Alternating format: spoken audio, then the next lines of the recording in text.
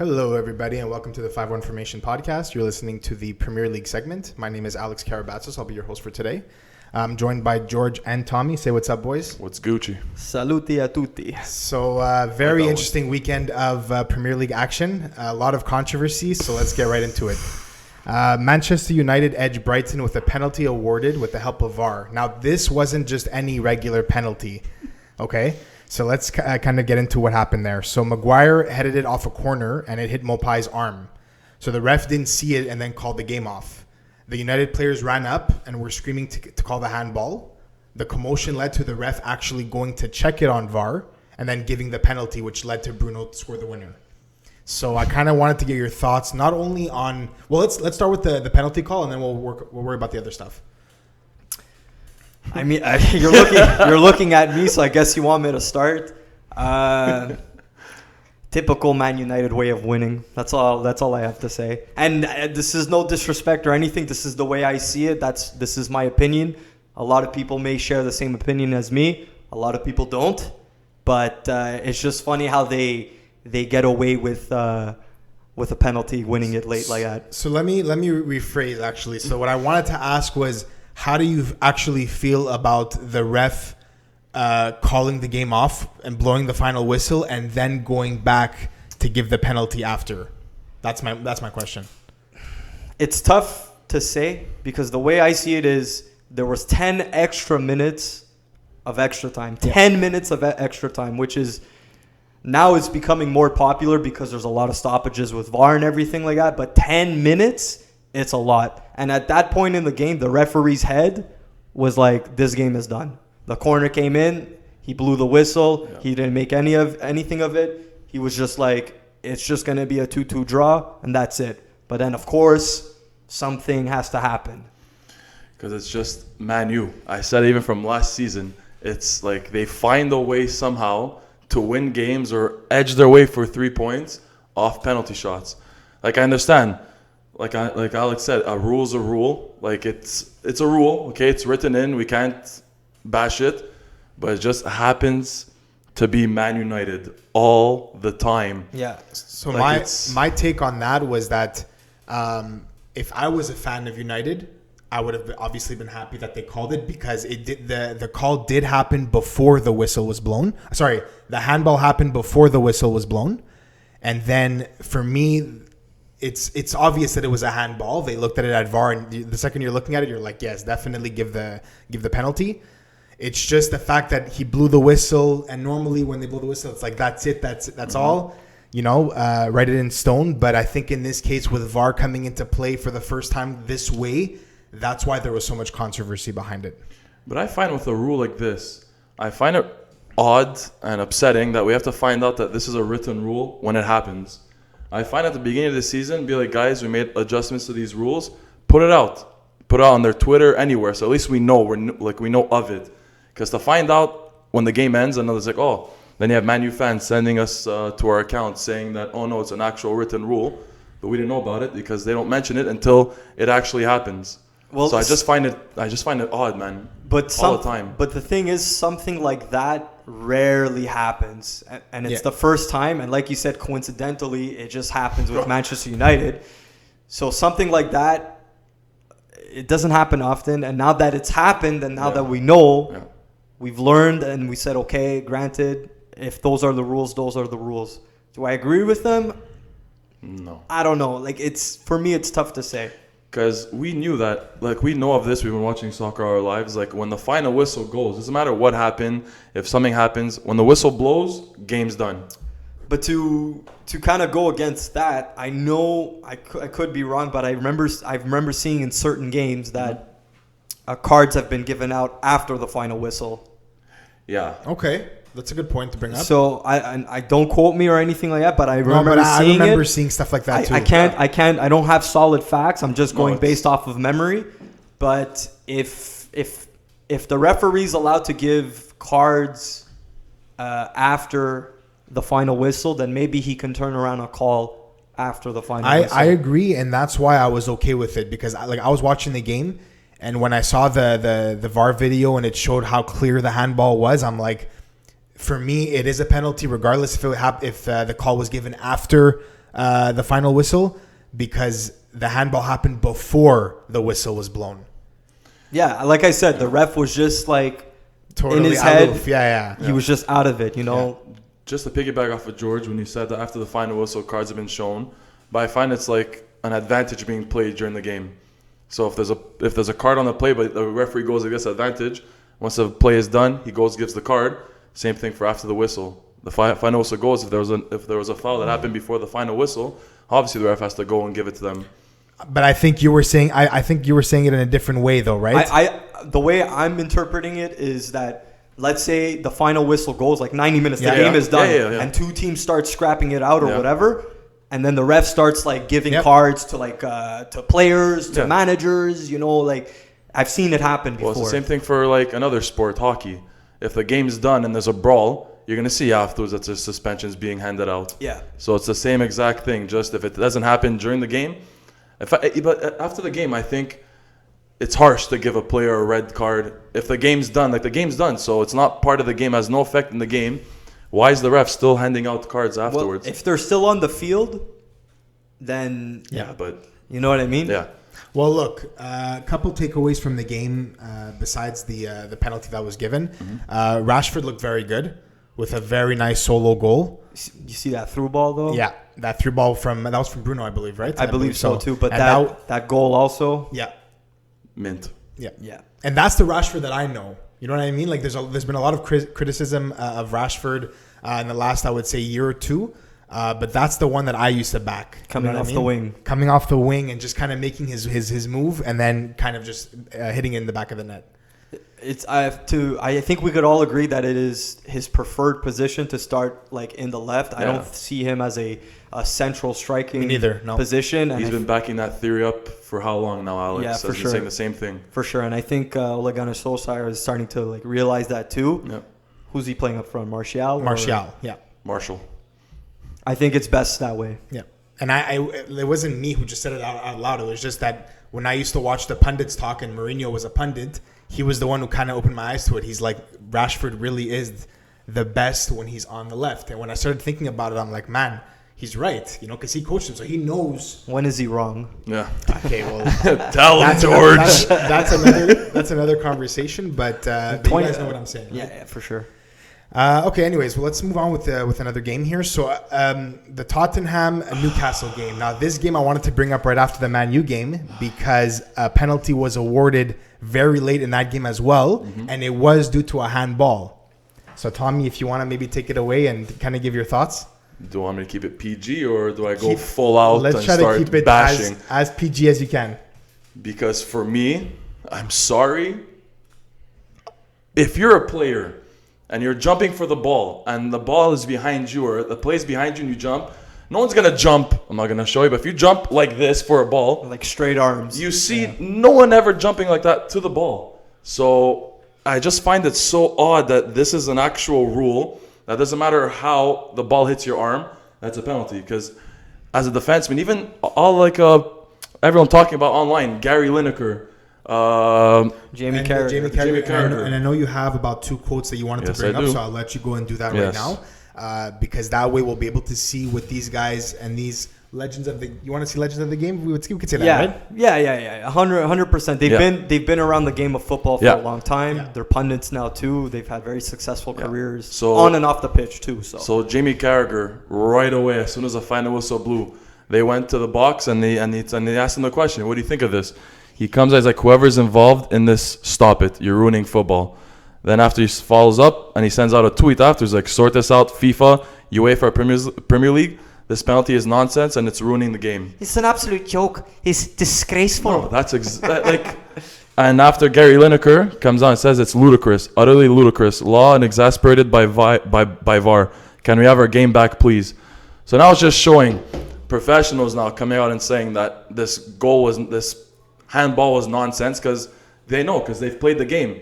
They know that you can't jump like this. Like, what do you want to do? Cut off the arms and people play like this? And even when your hand is against your body and it touches your arm, they still go to VAR. Like, your hand's over here. It's not out here. But it's to see. Well, okay. First things first. comparing how they played and how the game is played now is two different things, because I feel like the game of football right now is going through an evolution with rules, with video assistant replay, with a whole bunch of stuff. So the game has changed drastically, even though it's been taking a long time. So that's one. Another thing is that they have to review the ball. They have to review how the player is coming in. Because the thing with the handballs is that if the hand is in a natural position, that's where. And for me, I agree with you.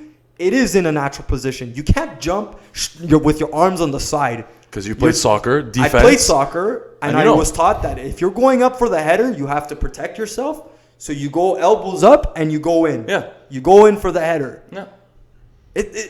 And for me, if the player is looking towards the ball and the ball hits him, and if it's not a natural position, no complaints, penalty shot, or wherever the handball was made.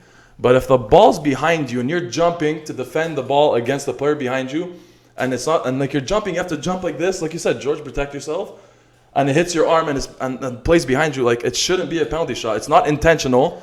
Like we've seen it many times where a player, it hits their hand and it's not intentional, and boom, penalty shot. It's so harsh. So my question to you, George, is you've been following the game for a long time. Do you feel like because of the outrage from this call in the Tottenham game from all of these big former soccer players, do you feel like this can maybe force them to change the rule a lot quicker than people think? I don't think so. Say it how it is, George. I don't think so. You know what? At the end of the day, it's a fucking business. It's a fucking business, and I'm starting to see things now. VAR was supposed to come in to solve the problems. All right. What it has done is push those problems aside and created new ones. And I'm starting to realize that with this whole video assistant bullshit, it's ruining the game. And two, it's a business, bro. There's a lot of fixation. I don't want to say it, but there's stuff that's going on that shouldn't be going on. You know, this was supposed to help the game, and it's created chaos. How many penalties now in the Premier League have been 19. awarded? And the season just started. Sorry, that was 19 before the Leicester Man City game, so that's another 2. So we're at 21. Two. We're at 21 penalty shots in 3 weeks of soccer in the Premier League. Like, I don't know, we're going to break records now. We're on pace to get 286 penalties this season. On pace. For me, that I find is bullshit. Like, I don't agree with this. It's taking everything out of soccer. Even with a goal. If a goal's being scored, majority of the time, I don't celebrate right away. I sit back just in case they go up to the review. They do this stupidity. Even Klopp said, he's like, even with offsides, it takes away so much of the game. It delays. An offside sometimes takes like 7 minutes to review. But like, I hate this. And I know me and Alex spoke about it. We could talk shit about it, but it's benefited Tottenham, it's benefited City, it's benefited teams. Benefited a lot of teams. But I think it's just tough to comment on it because before VAR, we were waiting for something like this and we were begging for something like this. You know what I mean?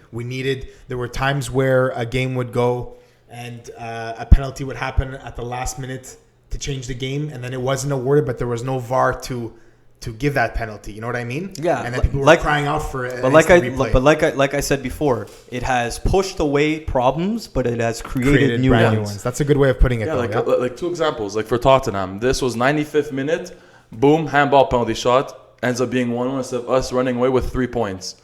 So it has bad effects on games. For Chelsea, we're going to talk about when we talk about Chelsea, but I'm just going to go into it because the Havertz handball, it was awarded a goal because of a rule. Imagine that was taken away. That's 3 points or even a point for the tie to take away from you.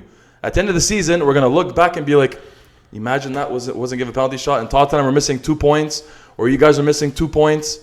Like, I find it just so much controversy with this league, and I don't agree with it. It's supposed to benefit all these teams, all 5 leagues, and it's just chaos every weekend.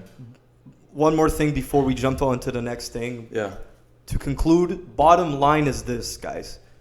1, it's either they're going to change the rules or adapt the rules next year. Because obviously with new seasons being started, new problems occur. with United, with this, Yeah. with that. We're going to be seeing this all year round. So it's either they adopt a new system or put more rules and more technicalities in for next year, or it's simple. The teams are going to have to adapt and play this style of football, because that's what it comes down to. Yeah, but now there's an outcry of players, refs, managers. They're all coming out and saying something has to change. And I find it won't. And like George said, you have to adapt. If we adapt, it's ruining football for me. I'm sorry. If we have to live with this for the rest of our lives now watching soccer, I'm not enjoying it. We'll see what happens in terms of how they approach all of these comments and these allegations as well too, right? For sure. Yeah. So we'll wait and see what happens with that. Yeah. So Everton 3-0 to start the season. Very impressive from Ancelotti and his side. And my question to you guys, and we'll start with George, is where can they realistically finish in the table by league's end? The season's long. They have a new squad, obviously. Well, not new, but they've made some new signings with the squad that they have. But don't forget, those 3 new signings are already in the starting 11. Starting so you lineup. could technically call it a big kind of change to the starting And 11. they're game changers. For sure. Game changers, absolutely. But like I said, the season is long. If one of them ends up picking up an injury, if a couple of players start to lose form, a lot can change. We saw it last year with Leicester, flying high. They had that third position locked and loaded, and then COVID hit, and then the form just dipped, and it was a totally different Leicester team. Now, not so much. They're kind of back to their old ways. But realistically, I think they could finish top 6. They can really make a push for it. If luck is on their side, if everything goes well, I think they could push top 6. I'm backing George with this one. Realistically, if they keep this form and for Ancelotti's sake, no injuries happen, I find they can really make a push for top 6. Because right now, if James is playing the way he is and Calvert-Lewin all of a sudden becoming a star striker, if this stays like this, good on them. I think they're going to get top 6. But we'll see, because like George said, it's a long season. There's 35 more games left. Not 10, not 35 more games left. So anything is possible. Yeah. And just another thing too, they could make a really strong push. Just another thing to add, because they don't have as many games as other top 6 teams do. They don't have FA, they don't have Europa Carabao. League, they don't have Carabao, they don't have Champions League. So their main focus right now is just Premier League matches and fixtures. So they don't have as a heavy schedule as other teams. Yeah, that's what I was thinking when I was making my own little prediction after seeing them beat Crystal Palace over the weekend and then go up 3-0 in the league. But like you said, they would need a lot for everything to go their way and even make top 6. So I'm gonna probably say top 8. I would say they would finish 7 to 8, if anything. If James can continue the way he's doing, and I don't see why he wouldn't. Yeah. The only thing that would stop them, like you said, is a big injury to the starting 11. They have the depth now, which something a commentator was saying during the match, is that he believes that they can go really far this year just because of that fact that they have guys on the bench now. You know what I mean? They have Moise Kean. They have Gylfi Sigurdsson on the bench. They have Davies, who's a really good midfielder for them. Very interested. I'm very impressed of what I've seen so far from Everton. For sure. Tommy name dropped Calvert-Lewin, who I've been saying for a long time that this guy's going to explode one season, and he's been fantastic as of late. So don't forget Richarlison too. Richarlison too, yeah. Richarlison Second season, too. I think. Second or third season around. Yeah. But again, a couple of guys to name drop. So there's Calvert-Lewin, Richarlison, Lucas Digne.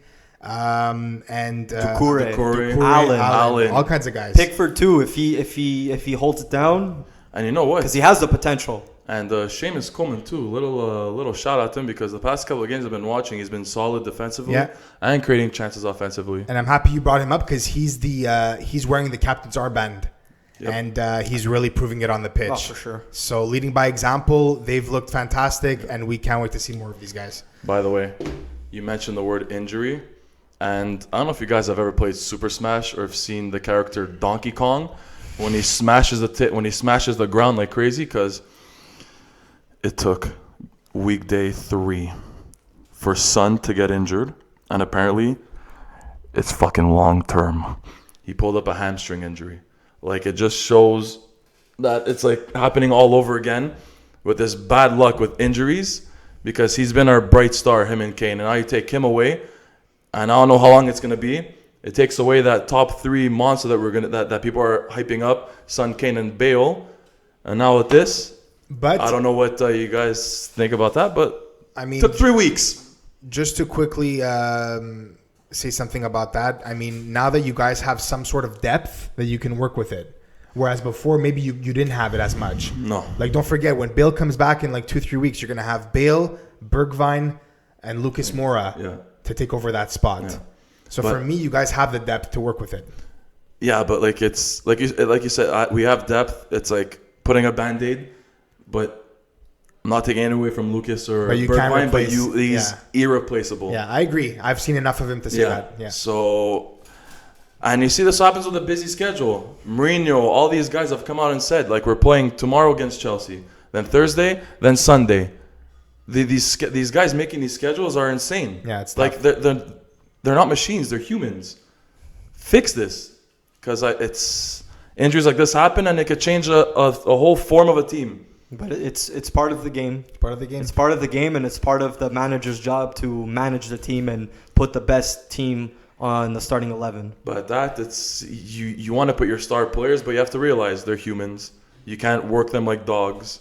So they have to adapt with that. Like, but I don't know, man. It is what it is, man. You guys don't forget. You guys have players to Which put out. I'm happier than last season. So I'm happy you brought that up. But some players are irreplaceable, man. I guess we'll wait and see how they take up his shoes. I Yeah. guess. No, for sure. Sorry for going back to Tottenham. Keep going on. That's okay. Sorry. So we have a Chelsea fanboy right next to me right here, and that was a very tough game over the weekend with West Brom. So West Brom went up 3-0 early, very early, and I think it was before the half. Correct me if I'm wrong. Yeah, Before before the the 30-minute it mark. was before Yeah. the half. So what I want to know is, because from what I saw, Lampard was just in absolute awe from going down that early. He didn't know. Like, I think everybody was the problem on the pitch. Yeah. At that point, no one was gelling well. Yeah. No one was able to create anything. The defense was just abysmal.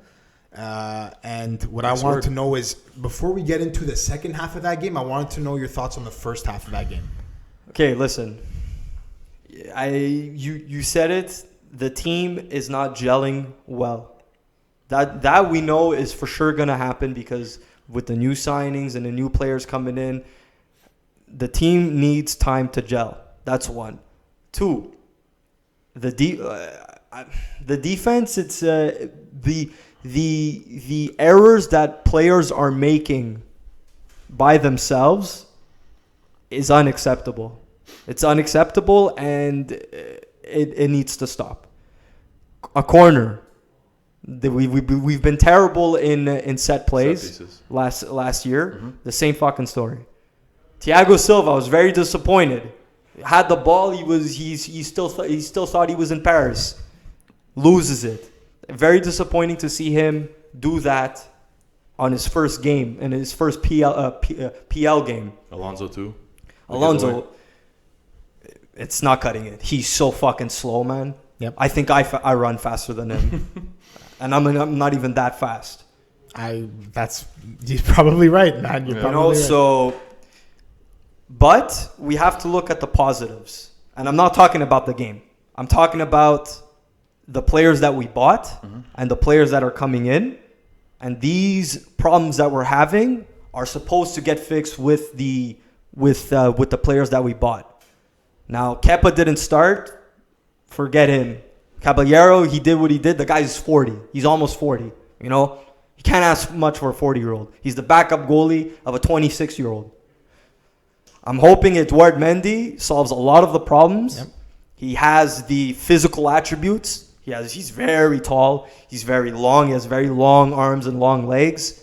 Very good in the air. We're going to see. Ben Chilwell, he's coming in, and he's going to play against Tottenham tomorrow. We're hoping to see him flourish on that left side. So we're going to see. Time is the healer, and time is going to do its thing. The only criticism I have now against Lampard is that he fucking needs to stop changing the fucking lineups every fucking game. He needs to stop. Because if you're constantly changing the lineups, you're constantly causing confusion within the players, and you're not playing one system that the players can work on and build off of. Chemistry too. Has an effect on chemistry. It'll come. But it's the fact that you're playing different formations all the time and players out of positions. Yeah. You can't do that, you know? Now, Pulisic is still injured. Ziyech is still injured. He's hoping that these players come in. And when they do come in, I'm hoping that he's going to play the players in their proper positions. Like Havertz being a number 10. Not a winger, a number 10, right behind the striker. Timo. Yeah. Timo not playing on the left. But they say, he prefers to play on the left, whatever. He likes coming on the left-hand side. Granted. But he scored I don't know how many goals as a striker last year for Leipzig. Yeah. 26? 28. That's why we bought him. Okay? So we're going to see. Now, the game itself, there's a reason why they call it a game of two halves. The first half, like you said, was abysmal. I was shocked. I was watching it I was getting a haircut and I was watching it with my barber and I was freaking out. The guy's telling me, "Can you hold still?" I'm like, "No, bro." I'm like, "They're fucking losing." And I was losing my mind. And this is no offense to West Brom. You shouldn't be losing to West Brom. 100%. 3-0. No. Even Lampard said it that way too. You know, so time is an essence to gel. Players need to come back into the team. And we go from there. The second half, obviously, they were all over them. They're very lucky to get a point away. I think George mentioned everything. It just shows how the Chelsea players probably went to the locker room, looked at each other, and says, "Guys, the fuck is going on? Like we're losing. Like you said, no attack, no dig at West Brom, but all the players look at each other like, guys, this is fucking West Brom, not a top 6 team. What are we doing losing 3-0? We need to get these 3 points, especially from a bottom table team. Bottom table team, yeah. We can't leave with no points. Yeah. Like 1 point at the minimum, but still. And the one guy to change the game who I want to bring up is Mason Mount, who with a very nice strike outside the box. And that goal is what changed the game as well. Honorable mention to Hudson Odoi, because when he got subbed on, he changed the game. As well. But it was Mason Mount's strike that got everyone kind of fired up, and they're like, "We can do this." Well, yeah. As soon as you get the first goal, and you try to get it as early as possible, the ball starts rolling, and then momentum changes. At that point, Chelsea were just like all on attack, trying to push for a second goal, and they were dominating possession. Yeah. That's when the ball changes, and then that's where you gotta be clinical. And that says a lot to me about Mason Mount, about his character too. He just plays with heart, because don't forget, over the summer, after all these signings, everyone was kind of asking, like, what's going to happen with Mason Mount? What's going to happen with him? You know, if Ziyech's coming in, if Pulisic's coming in, Kovacic, Havertz, and Kante in the midfield, there's no room for him, right? Yeah. But the fact that these guys are injured, he's kind of saying, "Hey, I'm still here, and I'm still one of the best players on this team." Mm-hmm. Oh, for sure. I mean, there is a little bit of favoritism, it seems like, from Lampard, because you're playing Mason Mount as a number 10, and you just got Havertz, who is supposed to be playing that, and you're playing Havertz on the wing. Yep. Whereas Havertz, I think they're the same age, but Havertz is coming into a new league. You're putting him out of position. He came not fully fit. You know, all these things, they're factors for the player too. So like I said in the beginning of the predictions, the toughest job for Frank Lampard is to find the best formation, like I said, and pick the best starting 11 for his team. Yeah, that's it. Perfect. So let's move on here. So Jamie Vardy picking back up where he left off last season with a hat-trick against Man City. Safe to say he's favored for the Golden Boot again? I mean, the guy's not slowing down. 33 years old in the Premier League, considerably one of the toughest leagues out in Europe. Yep. And he's scoring goals like that nice flick. He's proving to be a Leicester legend, I would say. Oh, yeah, big time. It just shows like he ages like fine wine. Like every year, it's like we always act shocked, like, oh, he's at it again. Another brace, another hat trick. But we have to realize there's no slowing down. Like we should expect this from him. So he's just one of the top strikers in EPL right now, and good on him. I'll admit to doing that as well, where I sometimes overlook him because of all the big names in terms of strikers in the Premier League, and I overlook him a little too much, and I don't give him as much as respect. I think we all do. Because, Yeah. like you said, maybe Leicester's not the biggest club, and we always look at the top 6 first and what they have. Yeah. But this guy is just pulling the strings for Leicester and clinical, absolutely clinical. Yeah, and he could lead them to another top 6 finish for sure. Oh, for sure, Yeah, 100%. They have the team. They have a bit of the depth too. They did some work in the summer, so they can definitely make top 6 again. They did lose Ndidi, which is like a huge blow for them because he was a very essential player last year. They lost him to injury, you're saying? Injury, yes. And he might be out for a while. They have Mendy there now in the midfield, who's very good replacement. Yeah. I'm not saying he's exactly like Ndidi because Ndidi is very special, but I'm sure he can take over the ranks. But I think Ndidi was playing center back. He would shift. He would shift. Yeah. And one of the bright spots to them, a new signing that they got from the beginning of the season was their new right back, Timothy Castagne. 3 games in a row. Timothy Chestnuts. 3 games in a row. Game 1 scores. Game 2 assist. Game 3 assist. It's looking like every game he's just going to be providing that attacking option coming off the right. I was very shocked that they bought him because I thought that he was going to stay in Serie A and become Atalanta's first choice right back. But I guess he wanted a different challenge or maybe more money. Leicester came calling. He went, and now he's already grabbed the right back spot. The right back spot from the first game of the season, and he's been fantastic. So he's definitely settling in well, and it's great to see them with a fantastic young right back they're going to have for a couple more years now. Yeah, good on them. Top of the table, huh? Yeah, for Leicester City. Top of the table, definitely. So very impressive. So we're going to end the segment off with the Liverpool-Arsenal game. Lacazette missing 2 clear chances as Liverpool hold off Arsenal for a 3-1 win. Let's get your comments on the game. There still needs work to be done for Arsenal, but I think Arteta's still doing a fantastic job considering where they were last year and where he picked up from. Again, you're playing against Liverpool. That's not a pushover team. But you see there's a system, there's a way they want to play, and they're just constantly trying to work on it. Now, being clinical as a striker, that's a different story. Sometimes your boots are on, sometimes your boots are off. And today, they were off. Yeah.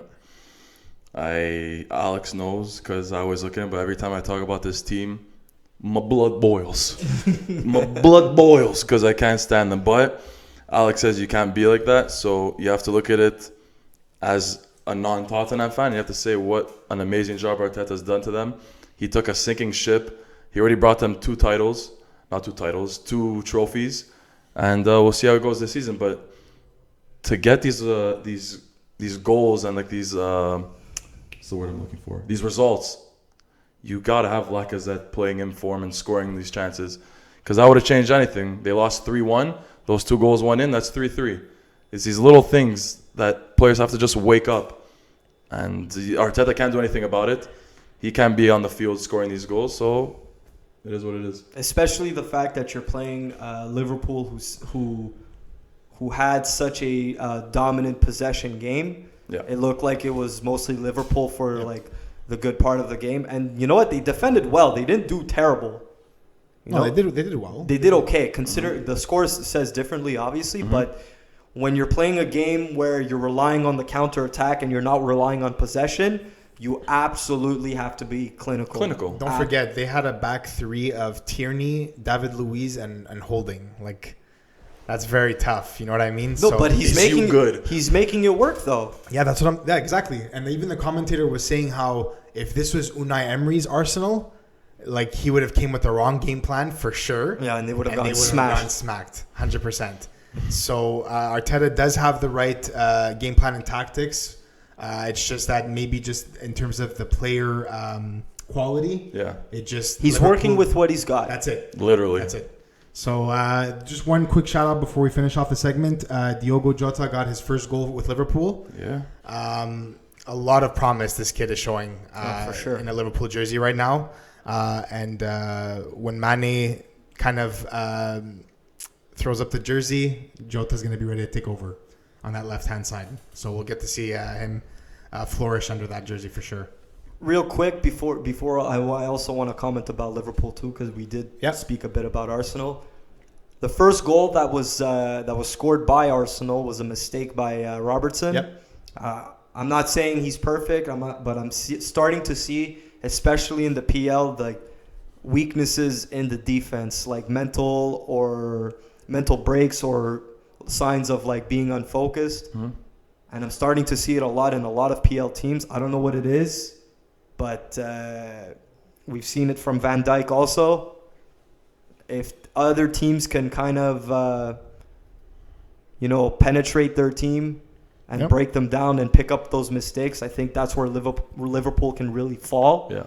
And even what's his name, the goalie, Alisson Becker. Some of the stuff that he's doing, I'm like, what the fuck are you doing, bro? No, it's true. What are you fucking doing? Yeah. You can't be doing that title defending and doing these stupidities I was seeing. But again, granted, I shouldn't talk because my goalie, he looks at the ball and he's scared of it, but he's non-existent sometimes. But I don't like. We're on match day 3. We just finished, I think, match day 3. Yeah.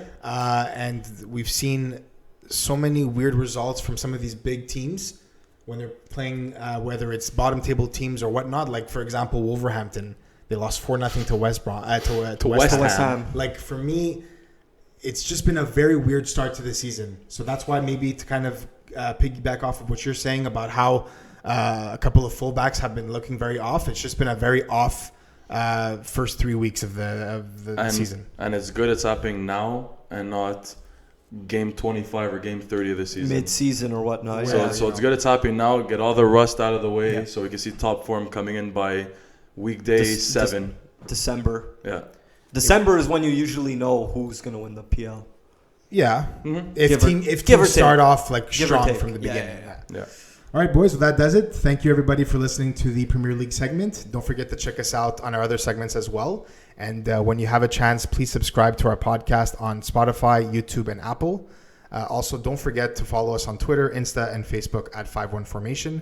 Thank you for listening, as always, and have a good one. Thank you. Peace.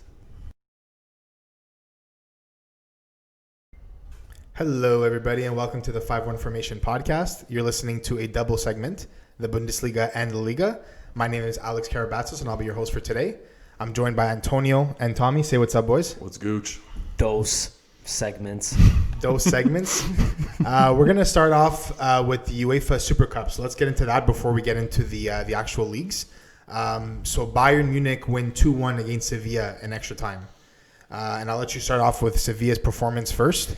Yeah, man. Honestly, all in all, great game to watch. Very entertaining. Action on both ends. Mostly on Bayern Munich's part, obviously. They're a fucking juggernaut. We all know that. No need to say. But I was truly impressed with the way Sevilla managed the game and the way Lopetegui put his team out. And how they defended throughout the whole game, how they counter-attacked. Big shout out to them. They played with heart, with courage.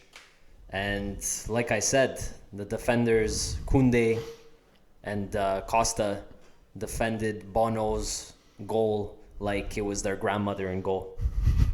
They blocked I don't know how many shots. Yeah. All kinds of shots. They did amazing slide tackles, amazing standing tackles. Kudos to the whole Sevilla team, honestly. Just played with all right heart. Brought the Champions League champions to extra time. And it took the substitution, Xavi Martinez, coming off the bench and getting a header to win them the game. So tough win for Bayern, honestly. If I'm Sevilla, I know it's wrong to celebrate a loss, but if I'm Sevilla, I'm like, guys, it was only 2-1 against Bayern. Because if you see Bayern's recent games, they've been scoring more than 5 goals on a regular basis. So for Sevilla, I was very impressed by them. Like Antonio said, defensively, guarding their box, guarding their net, helping out Bono back there. Very solid by them. But the thing is, not take away anything from Sevilla, but I just find Bayern didn't show their true colors, like their finishing capability in the box. Because a lot of times you saw Lewandowski, you saw Sané not finishing their chances like the way that we're used to every week.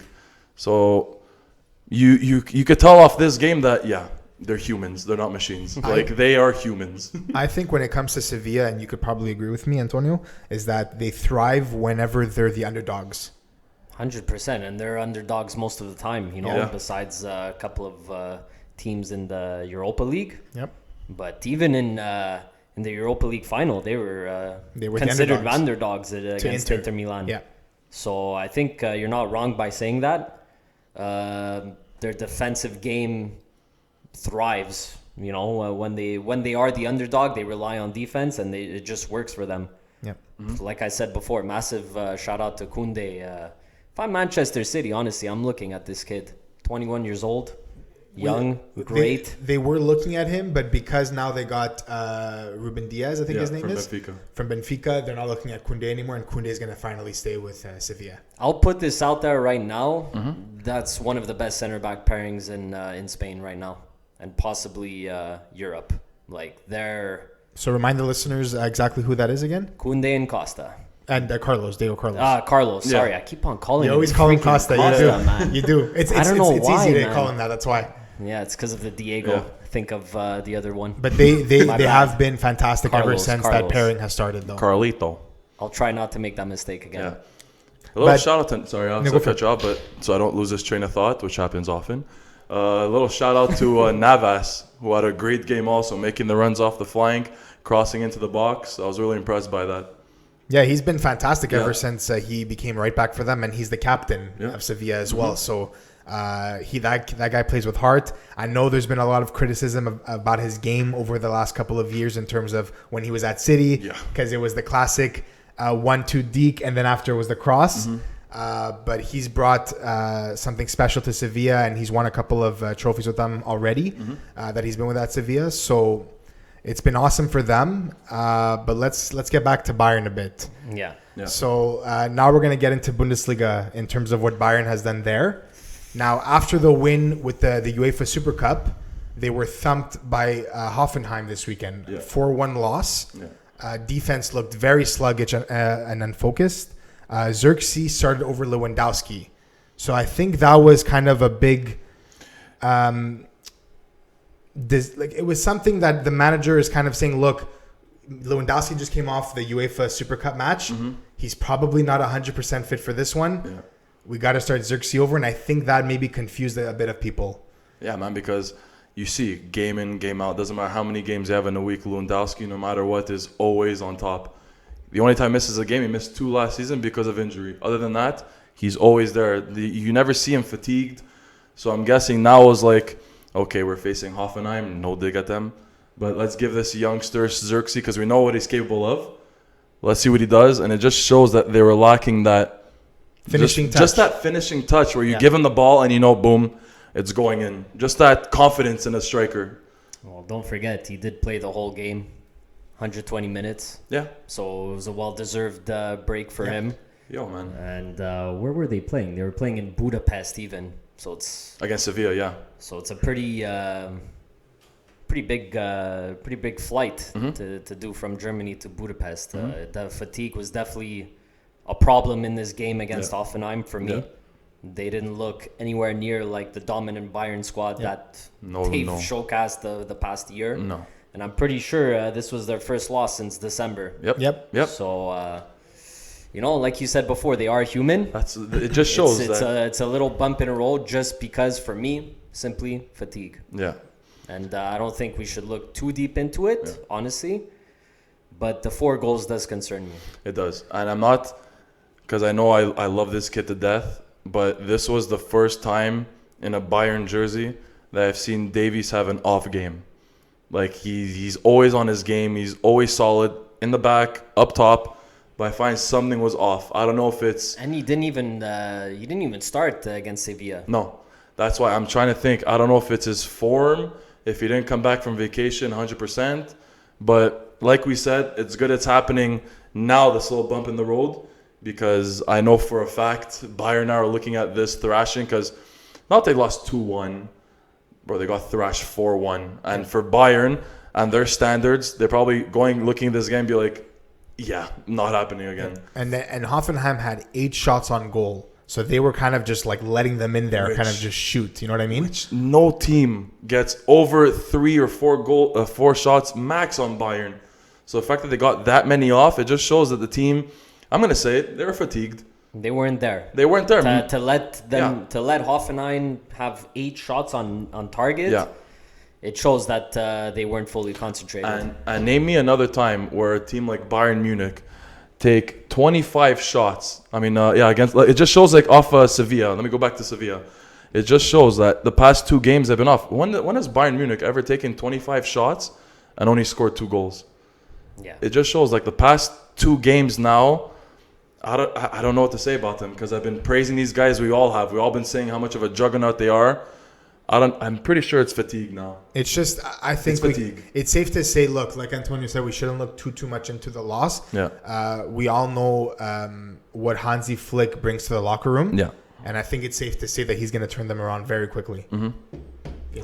Bayern Munich only had 4 shots on target against Hoffenheim. Yeah. 16 shots total. Yeah, you see, like that. 25 shots against Sevilla, 16 this game, and they only have 1 goal to show off 16 shots.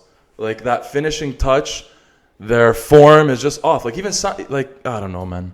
If they look off, maybe now with the little break that they're gonna have till next game this weekend, hopefully we see the old school Bayern. I can guarantee you're gonna see the old school Bayern. Yeah, he's gonna come back with Goretzka in the lineup. Yeah, because Tolisso was in there instead, and he's gonna come back with Lewandowski. It's gonna be the exact same starting 11 that we're all very familiar with now. Yeah, and.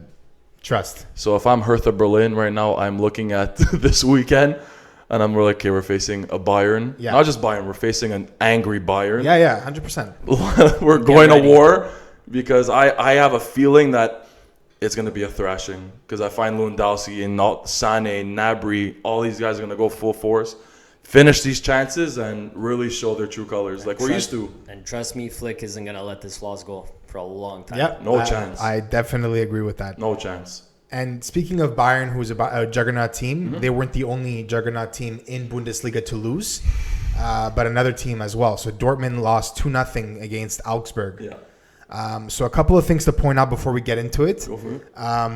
Dortmund had 80% possession, which is just wild when you think about it. 18 shots on goal, 6 on target, 11 corners, and 29 crosses. So they honestly couldn't find the back of the net.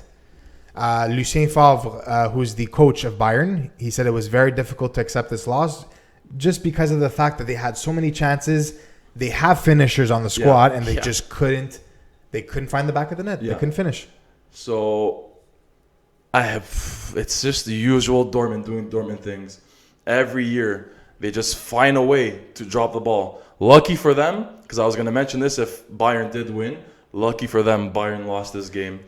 But I feel like that's the problem sometimes with Dortmund, though, is that like they don't capitalize whenever Bayern goes down. So whenever Bayern goes down, Dortmund goes down. And then when Bayern is kind of winning 8-9 games in a row, so are Dortmund. You know what I mean? Like they're never able to capitalize on Bayern's faults. And I think that's where Dortmund, every single year we've been watching them, they've failed to do so.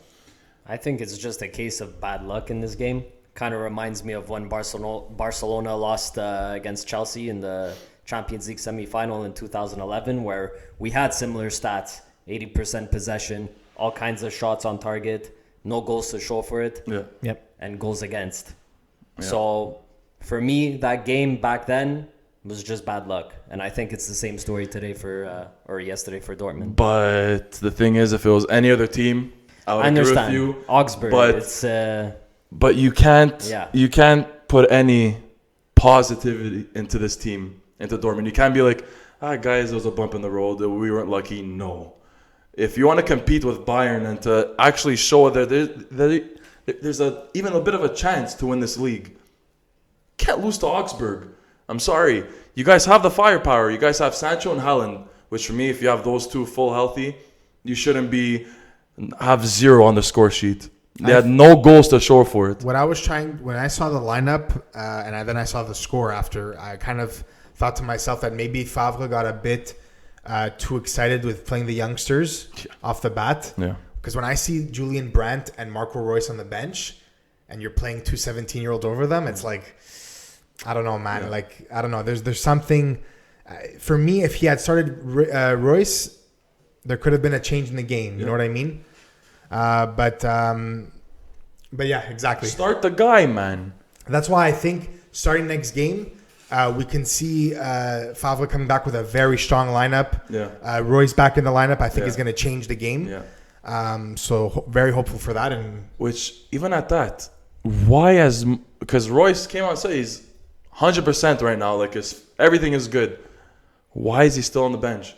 Why is Brandt still on the bench? No, but because the youngsters had a good first game, bro. yeah, I know, but the thing is, That's all it is. I'm all for giving youngsters a chance. I'm all for it.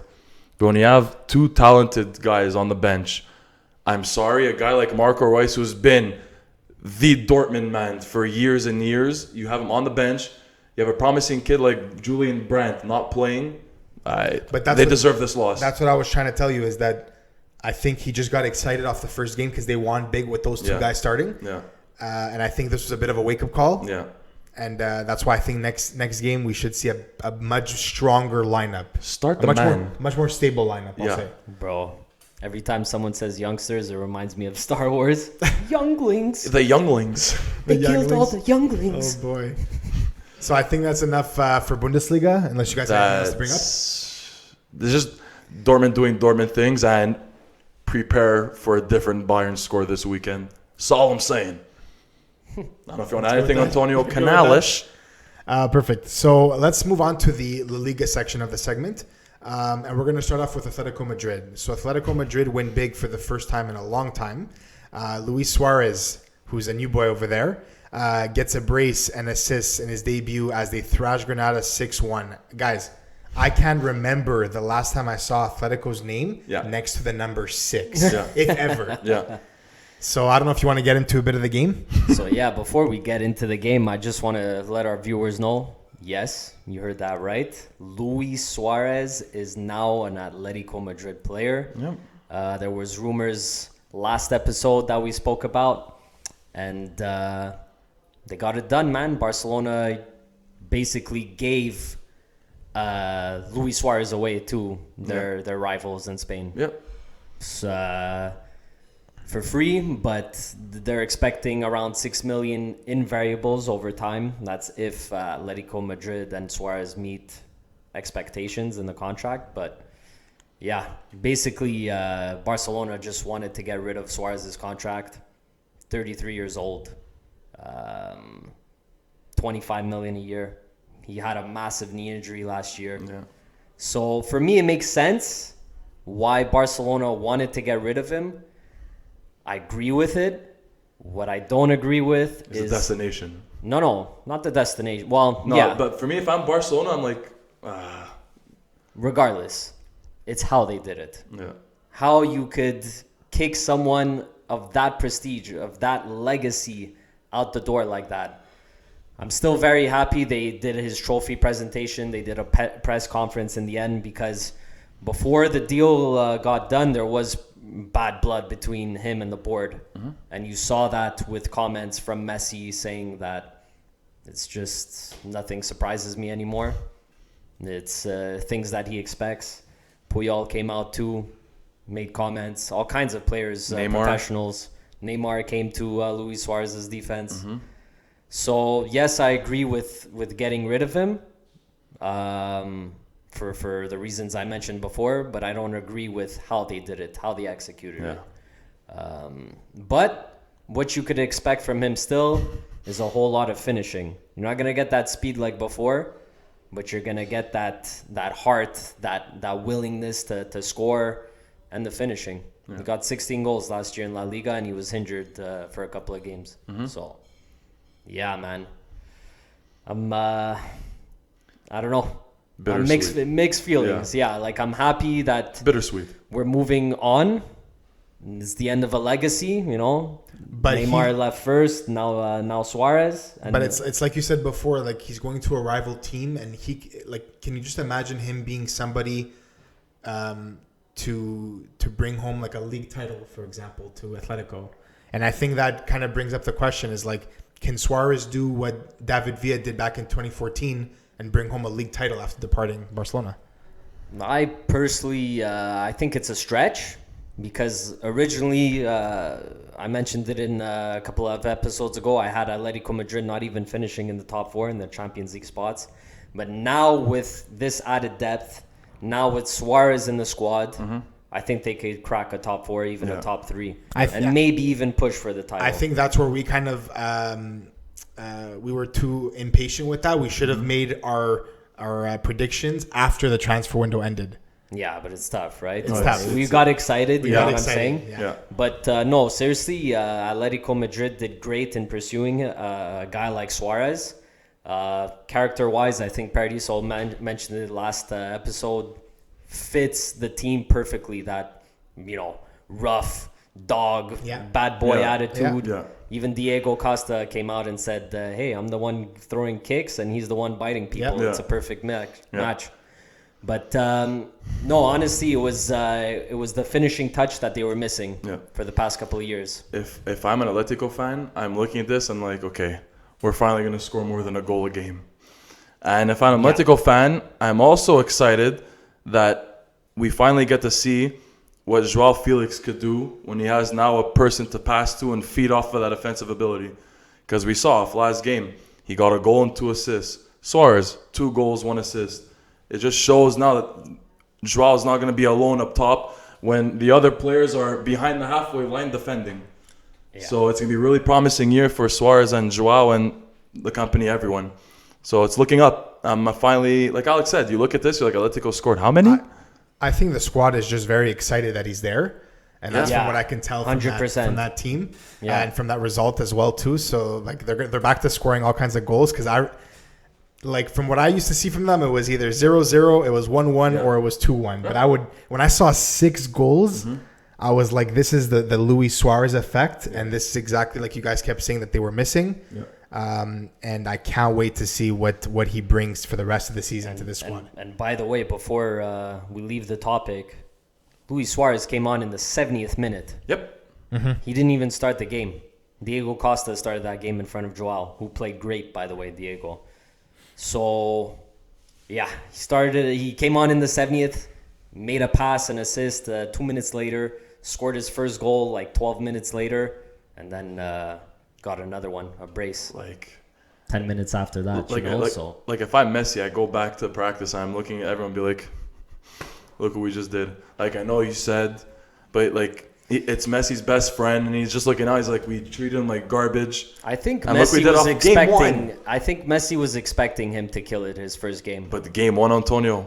All right off the bat, he boom, came boom. out to prove something. He was pissed off with the board, which is a dangerous Suarez. I wasn't surprised at all. Yeah, wasn't surprised at all. Listen, it is against Granada as well. Like they're not. I get what they're not a top 6 team or anything, but still getting 6 goals, like we mentioned before, from this Atletico Madrid team. Yeah. For last year, they had 14 ties, 15 ties. This is it's big for them. Yep. Very big. They're showing Barca and Real Madrid fixtures right now when they play teams that are bottom half. Exactly. And they're not tying or losing to them. Like, this is how if you're Atletico, this is what you're supposed to do. It could also be shedding the light on the fact that maybe this formation just kind of suits him very well. Instead of maybe the 4-3-3 where he's not as quick as he once was. And I think the 4-4-2, correct me if I'm wrong, is a much more slowed down game. Yeah, well, the way Simeone goes about his games usually is the counterattack, right? Okay. But in games like this against Granada, he was pretty much controlling. Right, it's controlling, right? Yeah. Okay. Well, look, like we said before, these guys look they can finish in the top 4 if they continue this route. Obviously, they've had issues before with injuries, especially Joao Felix. I think even last year he missed a couple of games. So you always got to put that into consideration. But for now, the team's healthy. They look very strong. They still have Oblak between the pipes. Exactly. So can't wait to see what just one thing before we leave. Sorry, It's just funny to me how a team like Atletico and a team like Napoli, who were so similar last year with boring games, with ties the whole season, both ended up getting 6 goals this weekend. Yep. And we're going to let Paradiso elaborate on Napoli later, but Let's hope it stays. Next segment. If you're an Atletico fan, be like, okay, we had one great game, everyone's happy, but let's keep this going the whole season. I don't think they should expect thrashing every weekend, but they should expect wins. More than a goal, Antonio. Wins. More than a goal. Dubs. And not as many ties as they got last year. Exactly. Yeah. Like finishing games this time.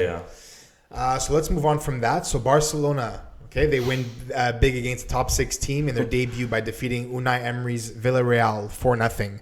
Ansu Fati, 2 goals and wins a penalty. Can I get your thoughts on him? Take it away, sir. Honestly, this kid's 17 years old. So much promise that he plays like a 26-year-old. He's unbelievable. The future of Spain, the future of Barcelona. And for me, looking at the competition in the squad, he has this left wing position locked and loaded. I agree maybe not to play him the full 90 minutes every game and let other people come in and replace him, because you don't want to get too over exaggerated with a youngling. The youngling, yeah. Because that could lead to serious injury at such a young age. His body's still growing and whatnot. But I can't tell you how excited I am to see a player like this. I haven't been this excited since the first time I watched Messi play. Oh man, that's a big shout. Honestly, I'm not trying to be over exaggerated, but that's just my initial thought. And yeah, man, honestly, Barcelona, Koeman, he's looking good. I was very scared against Villarreal, but because of their additions, who they are, their top 6 team, they're not a pushover team. They have some quality players on their squad. Parejo, Coquelin, especially Iborra. in the first game of the season for Barca. Yeah, exactly. I was pretty nervous, and they came out flying in the first half. Then they fell a bit flat in the second, but at least they kept the clean sheet, especially without Ter Stegen and Nets. Yeah. He's injured. Don't forget about that. Neto kept the clean sheet. Yeesh. And no, overall, pretty pleased. Koeman came out with the double pivot with De Jong and Busquets. I was personally surprised to see Busquets there. That's exactly what I was going to ask you, is how do you feel that double pivot went? And were you surprised if it was him instead of Pjanic there? I wasn't surprised because Busquets is a guy, a veteran who has been there so many years. But I think I would have personally liked to see a guy like Pjanic there instead. But it's understandable because he came late into the training camp, and we'll probably see him start later on. But I don't expect to see Busquets there all the time. And I think it goes to show, at least from what I saw when I saw that Busquets was starting, is that maybe he's waiting to start him with a much lower value team, like a bottom table team, just to see. Yeah, exactly. Yeah. And the double pivot for me, what a massive change, but in a good way. I really enjoyed it because it allowed your fullbacks to explore offensively while having 2 midfielders helping out your center backs at the same time. So a lot of offense, but at the same time you have that secure defensive coverage. And guys like De Jong, man, great defensively. So I was very pleased to see that. And I don't mind continuing to watch a Barcelona with this formation. And I have 2 questions. I want to ask for you for 2 performances. How do you think Sergio Roberto did, and how do you think Coutinho did first game back with Barca? Coutinho, I mean, compared to his preseason games, for me, he was solid, but just a bit disappointing. He didn't do anything bad, but he didn't do anything extraordinary either. It was a pretty average game for me. Sergi was Sergi. Okay. There's not much to say there. He was great offensively. Didn't have to really defend much against Villarreal. They looked like they were kind of shitting their pants the whole game, which I was really surprised. Unai Emery, bro, come on, man. Gotta do better than that, man, with that reputation. But for me, who was really flat the whole game was Griezmann. And that's actually the next question I was going to ask you, is because we're talking about the pros of the game, but maybe a bit of a con of the game was Griezmann's performance. He was very quiet. And my question is will we see the $120 million man start off the bench in the future? If he continues like this, I think Trincao and guys like Trincao, Dembele, they have his number. Trincao played great when he came on the last 20 minutes. Showed a lot of promise. He's 20 years old. He was creating plays, deking guys. putting passes in the open spaces. Griezmann was kind of the whole game. He played 70 minutes. He looked like he was just hiding behind defenders, not really wanted to get into the game. And you don't want to see that from a top guy, from your number 7. No. You know? So he's got to wake up. The time is now. You know? He's interchanging positions from center forward to right wing during the games with Messi. Coleman is giving him a chance. It shows that Coleman really likes him, what he likes. He likes what he sees in training, and hopefully he wakes up. Like, I know Messi and him have, like, there's turmoil there. They don't really get along that well. I don't know if it's changed, but we It saw looks when like it's changed, but at first, yeah, for sure. Like, you if could you're definitely say that. if you're Griezmann, do you go and just have a one-on-one, heart-to-heart sit down with Messi and be like, listen? Well, I mean, we don't really know what happens behind the scenes, right? So we don't know if they've actually maybe kind of put their differences aside. But do you think that would help if he were to sit down with Messi and be like, listen, I know you guys paid a lot for me. I know I'm not playing to my full potential. What do you think? Griezmann to approach Messi? Yeah. Would you, like, if I was him, I would. Like, I'd be like, I know we don't see eye to eye. But I think something's Griezmann gotta thinks that change. he's performing fantastically with an ego like that. But I don't think he's ever going to do something like that because he personally thinks, I'm starting games now, almost playing full games. But he's I'm not. playing great. But he's not stupid. He's looking online. He says, and he sees the fans saying, "The fuck, we paid 120 million." Don't you think it's in his head? And like, okay, I know my ego's over, but I have to I don't like think dumb so it down. because and Coleman is backing him all the way. Right that- now, anyways. I think what I was going to say on that was that if Dembele stays healthy, Griezmann, like Antonio was saying, needs to wake up quick because if he's healthy, if Coutinho's healthy, there's a lot of options there that he can go through. Yeah. And if Griezmann performs the way he does now, it's very easy for Coleman to say, I'm going to choose Fati because he just scored me 2 goals, and I'm going to choose Dembele, who's going to bring much more offensively than Griezmann. Yeah. I think, bro, like I said before, I think Fati had his position locked and loaded. But he linked up so well with Messi. But It's if crazy. you're Griezmann, you're like, fuck, I'm losing my starting role to a 17-year-old. I think for me that would fuck up my ego. No, I'd be he's like, not listen. starting. He's not losing a starting role yet. He's still starting. You're saying in the future. In the future, if he keeps up with this, like Alex said, if he keeps up with this, if Coutinho stays hot, in form and everything, and Dembele also, I'm like, if I'm Griezmann, I'd be like, okay, my ego has to take a notch down because I can't keep just sitting back and thinking, everything's good, fine and dandy, and not padding the score sheet. Something's got to change. If I'm a Barca fan, I'm like, hey, fuck, wake up because it's season 2. His most comfortable position is number 10 behind the striker, and Yeah. he's not going to get that. Yeah. That's what needs to change. He needs to leave change squad if If that happens again, yeah, 100%. You know? And before we leave Barcelona, Barcelona just made a signing. They just signed right back Sergino Dest from Ajax for 22 million euros. And can he bring the fight to Sergio Roberto, Antonio? I think he will. He showed a lot of promise in Ajax. Obviously, Eredivisie isn't as strong defensively as the other top 5 leagues. So I think judging his defensive abilities shouldn't be too watched right now. Okay. Give him a couple of minutes and we'll see how he does in La Liga competition. Yeah. But, he's a quick player. He has a lot of creativity offensively, and he could definitely bring the fight to Sergi. And let's say- Sergi needs to watch his back. And let's say Dest just outperforms him like crazy. Would you ever consider moving Sergio Roberto up more so at least he's not on the bench, right in the bench? Because No. he's a great player. So I would think if Dest takes his role to keep Sergio on and just change his position around because There's too much competition already in the midfield. Yeah. yeah. But I think that'd bring out the best out of everyone.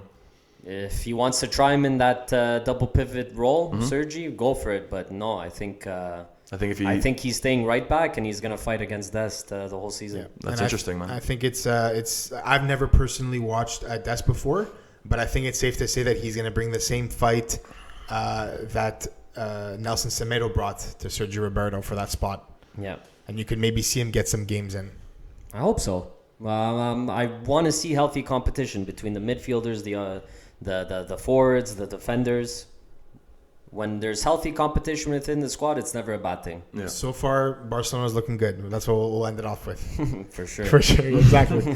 So, Better than last year, bro. That's it. Last season, I should say. So Real Madrid squeezed past Real Betis with a late penalty goal by Sergio Ramos, winning 3-2. Yeah. Is this a question of Betis being that threatening or Madrid not performing at their top level? So what do you guys think of the penalty given Go for it, first and Antonio. foremost? I think it's a case of Madrid not performing at their top level. Okay. Betis went up early 2-1 in this game, and they were looking very solid, controlling the game. Canales dishing out balls left and right. Yeah, shout out to my cousin, even though he doesn't know it, bruh. Shout out to my cousin, bruh. But no, him, Fekir, they look amazing in that jersey, man. Yeah. And like I mentioned last episode, they bolstered their defenders, and no, they look great. I think Betis is a force to be reckoned with, but Madrid need to wake up slowly because they tied last game 0-0, goalless draw against Sociedad, and now they got a late, and I'll add cheap and undeserving win. Yep. They literally stole Yep. a point from Betis. So we just watched altogether the penalty that was given, and what a horrific call, especially after VAR is looking at it again. We spoke about it in the EPL segment, Yeah. how VAR is just ruining the game, and again we see another case of it in La Liga. It's unfortunate, and obviously I think it just goes back to show that whenever it's teams that are kind of repeated offenders or repeated, like where VAR is just kind of taking their side, it just kind of makes it all that much worse. It's a joke how it's always Man U and Real Madrid. This is not hate. This is not hate towards them, even though we have our differences with these teams. Me, it's pure hatred. But speaking of Antonio, it's pure hatred. But like how it's always down to a penalty shot with these mega teams coming away with points. It makes you doubt. It makes you question Yep. what VAR is all about, and if it's here to play a fair game or if it's here to, put money in the bettor's pocket. And just to go back to that penalty shot call, if you're falling down, I'm sorry, but I'm not falling down like this. I'm preventing myself from smashing my head into the ground. Like how that's a call and how that's a handball at that time, fuck off. Bro, but VAR, even when fuck you off. look at it, it doesn't even look like it hits his hand. It looks like it hits his chest / shoulder. How the hell do you have the audacity to call that a handball? Yeah. Like you said, the guy's falling. What the fuck you want him to do? Face That plant, fish bro. celebration into the ground. Look, I don't understand. Oh, listen, I try to be as neutral as I could be on this podcast Go when it in. comes to Real Madrid, but this time it's fucking bullshit. Fuck, They man. got three points out of nothing, out of controversy. Undeserved win. I'm sorry. Betis showed up, played a fantastic game, like Antonio said. 100%. And the fact that they lose this way, fuck off, man, If honestly. Betis didn't deserve the 3 points yesterday, they at least deserve the point, man. Yeah. They fought with strength and honor, and then they got shot in the back, bro. Stabbed in the back by the referee. And this is a team that's made improvements, have made purchases, changed the formation, everything. And to lose out like this, like it affects the table now. Like I said, look further down the line. We're gonna look back. Betis needed that 1 point, and look back. Oh, that Real Madrid fuck up, screwed up their chances. I'm sick and tired of this happening to these teams, and it's always those two teams. I'm sorry for these fans. Fuck you. Honestly. Come at me, anyone. Real Madrid, Man U, fuck off, man. Sick and tired. For the people listening to this and not viewing this on YouTube or Facebook, Tommy Siebos, Mr. Athanasios just flipped a double bird. How do you feel about that? Yo, go after us on Twitter. I dare you. Yo, honestly, I double dare you. please, these Let's fans, go. come after us because it's facts. You guys are getting penalty shots week in, week out like this, and you guys are happy. Fucking Sergio Ramos coming up and making the goalie and celebrating like that. Fuck you. Honestly. Fed up. Man, yo, Tommy's getting more into it than I am. That's crazy. Fed up, man. I think it's because I'm used to it by now. Yeah. Especially last year, what happened to us against Atletico Madrid. Yeah. Perez called the referees during that game and said, "Give them the penalty." Yo, man. The guy's falling. How do you look at that and be like, it was intentional? See, next time fall like this, break your neck and be like, no, man. So I think it's safe to say Tommy hasn't eaten in a long time. And I'm sweating. Is super upset. But look, Real Madrid did win, but they suffered an injury. So Toni Kroos suffered a thigh injury in the game and is going to be possibly out until mid-October. So we'll see how that. I mean, it's not too long, but we'll see how that's going to affect the lineup, especially since they kind of struggled in their first game with scoring. Cruz is kind of their playmaker. Yeah. So I want to see what that's going to do to affect the lineup. I think Valverde started the game, and I believe he had a pretty good game overall. Martin Odegaard again got another opportunity, started the game, but then came off after halftime for Isco. Finally came in. Let's go. Mr. Paella and hamburgers himself. Speaking Paella about and chorizo speaking with about, that extra chocolate, my friend. Speaking about eating and being fat and obese, Hazard not on the bench, not in the starting 11. Told you he's down the street, convinced. Burger King, mark it down. Burger King down the street, 4 Whoppers in, being like, I'm still getting paid. So But just didn't you say he was looking good, bro, in training? But that's what pisses me off. Right before. No. Let me throw a couple jabs. Because before the game, the day before, they showed him practicing with the team, full out. Guy's looking slim. The guy said no to the second Whopper, I'll stick with one. and yet again, he still doesn't start. Like, I'm getting so frustrated with this guy, man. So guys, don't forget, Tommy's not even a Real Madrid fan. He's just very upset because he has him in fantasy, in our fantasy pool that we created for ourselves. 100%. And he's just very upset by all this news regarding Hazard. Take a note out of Drake's book. I'm upset. Yo, fuck. 50,000 on my head is disrespect. Okay. Tell him. I think that wraps up the Bundesliga and La Liga segment. Eat a fruit, you fat shit. So we're going to send this video directly to Eden Hazard's Twitter account. And he's going to send some guys after us. Exactly. God, man. So thank you, everybody, for listening to the double segment. Don't forget to check us out in other segments as well. And when you have a chance, please subscribe to our podcast on Spotify, YouTube, and Apple. Don't forget to follow us on Twitter, Insta, and Facebook at 51Formation. Thank you for listening as always, and have a good one. Take care, guys.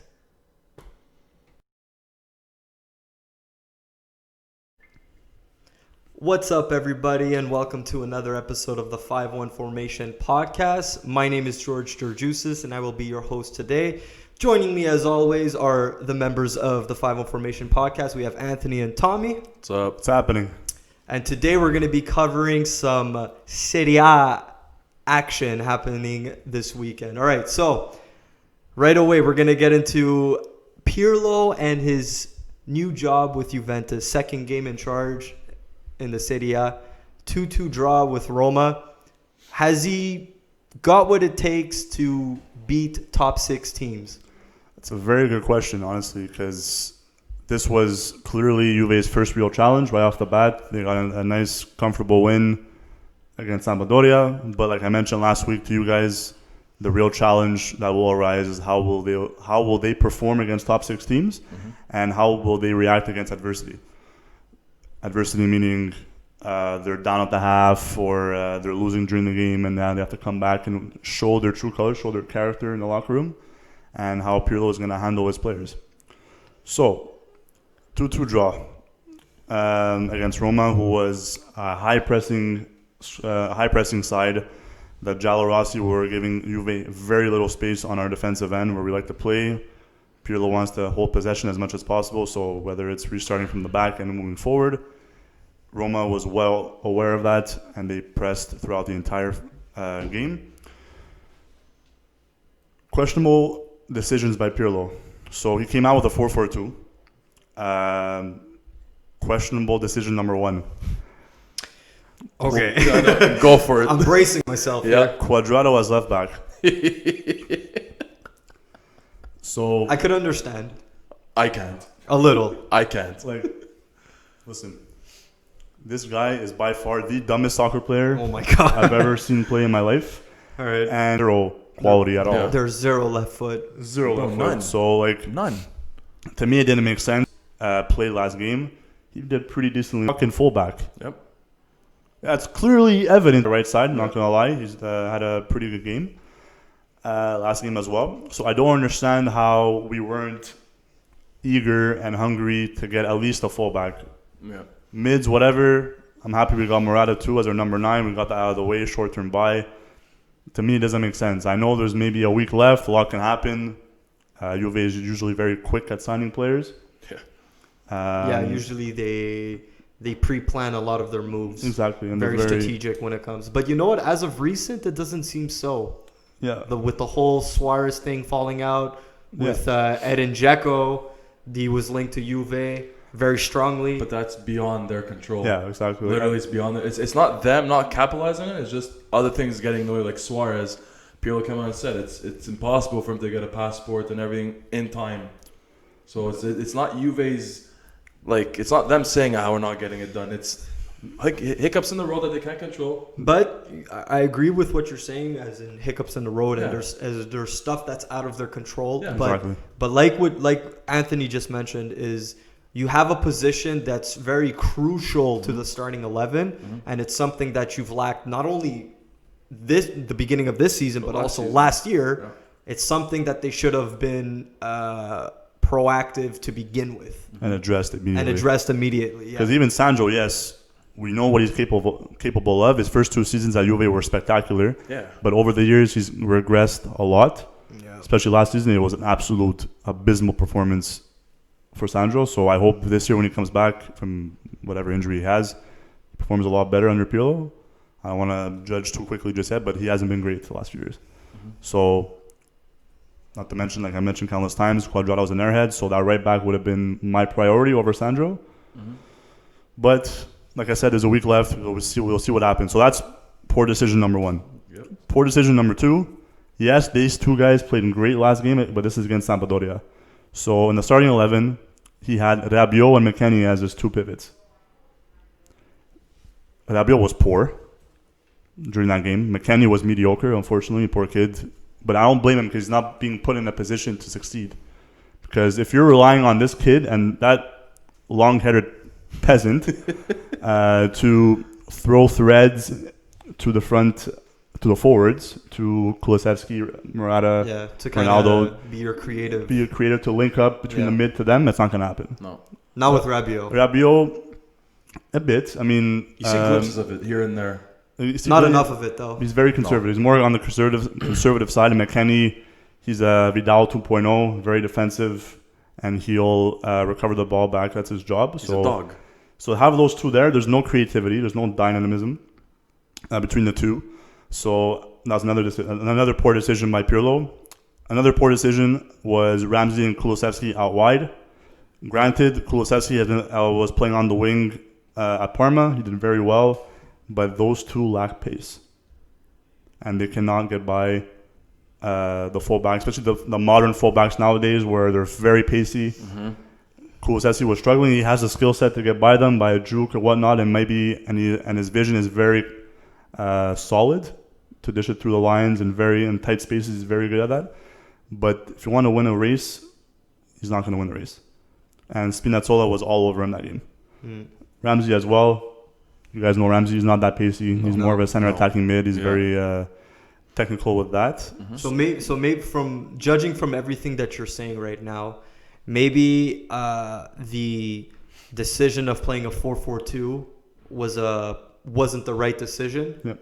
If they would have played something like a 3-5-2 like they played last time, or maybe a 4-3-3, because don't forget, Pirlo is brand spanking new to this job, exactly. and there's going to be a lot of trial and error and a lot of things that he needs to figure out. But the unfortunate thing for him is that he has to figure it out very quickly. Very quickly. And not against Roma. So it's a lot of pressure on him. I understand, and I also want to clarify. I'm not blaming the result on Pirlo at all. Okay. Starting 11 or his formation at all. As those 2 goals that were scored by Roma were from a penalty shot, from a handball with Rabiot up in the air. His hand was up in the air as if he's doing the Macarena. Like, I don't know what your hand is doing there, bro. Fixing his hair. Secondly, it was from a counter-attack from an attacking set piece that went the other way. Yeah. So it has nothing to do with his formation or his selection, but it's just they played a huge factor in that result. Like you mentioned, beautifully said, he's still learning as he's going. Yeah. Another poor decision that he made was that Rabiot was on a yellow. So the turning point in this game is that Rabiot got 2 yellows and got sent off. So as he was on a yellow, Pirlo decided to take off Morata for Costa and McKennie for Arthur before Rabiot, which evidently led to a second yellow, and we're down to 10 men. Now a quick question, would you say that Rabiot was playing better than McKennie at that point? They're very similar. They're both mediocre. Okay, because I'm just trying to see the logic in his decision making at the given moment. He must have saw something that McKennie was either not doing or doing. Course. Yeah.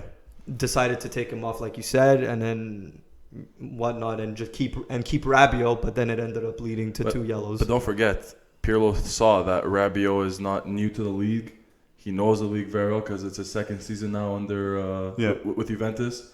And a game against Roma, a top 6 team, you can't take off someone who's been there before like Rabiot and keep on a youngster like McKennie on. Yeah, and I'm assuming also that I guess Rabiot offers more offensively than McKennie does. So like at that point we were down by a goal at that moment in the second half, 2-1. So I'm assuming that was his logic behind it because I don't see any other reasoning as to why. That's it. Anyways, it's unfortunate. Obviously, you can't tell the future, so just little things like that. You know what I mean? He's learning as he's going, and he's still getting to know who works well with who. For sure, that's another thing too. So, who's working underneath his system the most that he wants to implement in this team? So I'm not blaming on him, but those are little tiny details that make a difference in a game. You never know, right? For sure. And this is also not to take anything away from Roma. They have a solid side this year. Oh, 100%. They were very lively from the start. They were pressing hard, like mentioned before. They were constantly applying pressure. It took a while for Juve to get settled into the game, especially in the first half. And the turning point in the game was when he did make those subs, actually. When Arthur came on, Bentancur and Frabotta, the game changed dramatically, where we were down to 10 men, but it didn't seem like Roma weren't capitalizing at all. Okay. And we were able to maintain our composure, bringing back my previous point of what the challenge.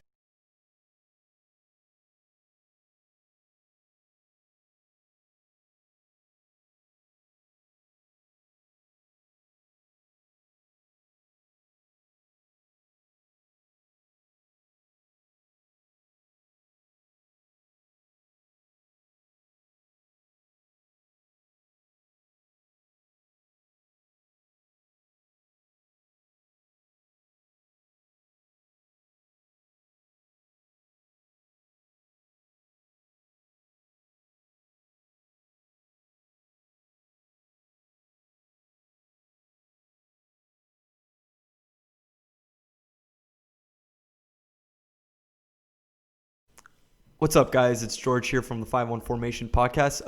Listen, we ran into some technical difficulties with our Serie A episode. It got cut off at a certain part of the episode, so we just want to clarify that we're sorry.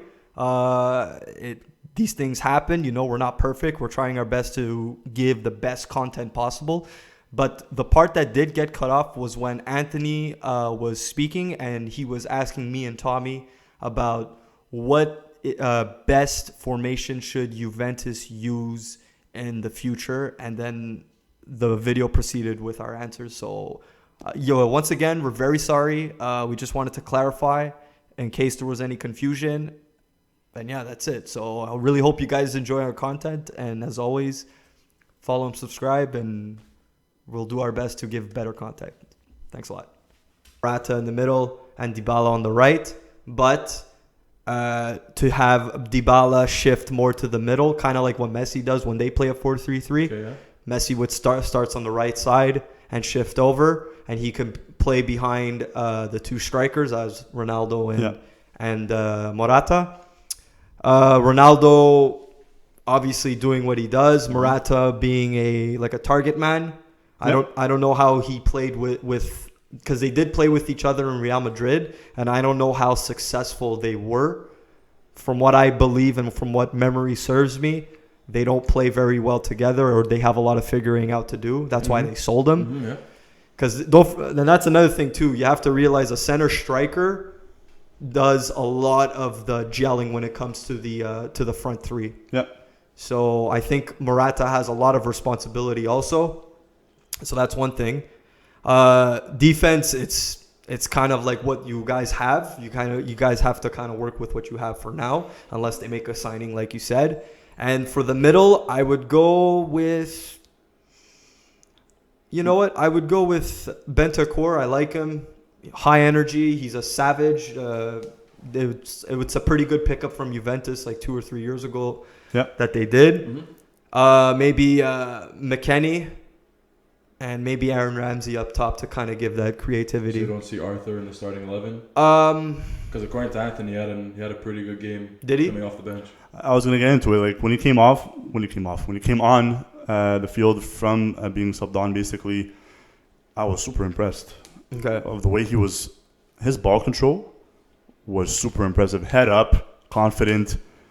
At one point during the game, he was getting pressed in our own back end, and like 3 guys were on him, and he was able to still hold the ball on, dish it to Cuadrado, and he was able to clear it. So maybe we can go with, if we can fit Arthur in it, we can take off McKennie and put in Arthur, Bentancur, and then maybe Ramsey up top.